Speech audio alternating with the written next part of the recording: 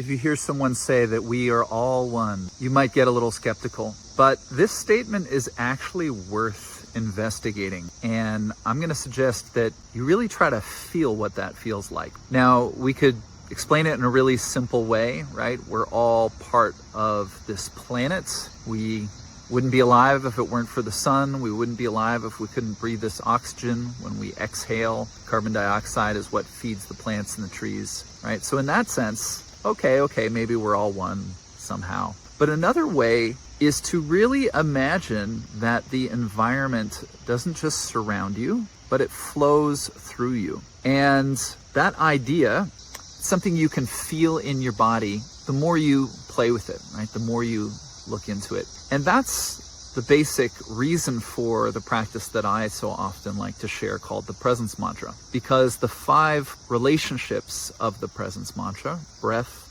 ground, space, sound, and light, are always present at all times. You're always breathing. You're always connected to the planet that's under your feet. There's always surrounding space.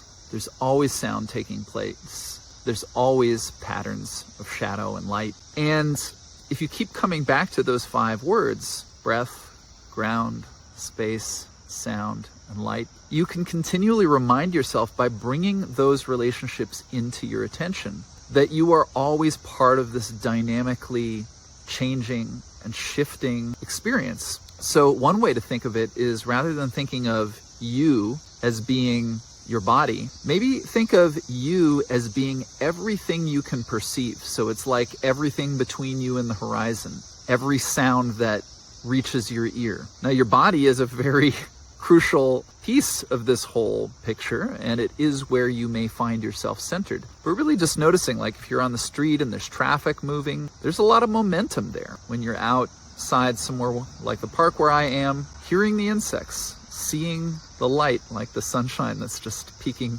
next to my ear there. The surroundings change you in each moment, and then as soon as you move, you change in relation to the surroundings.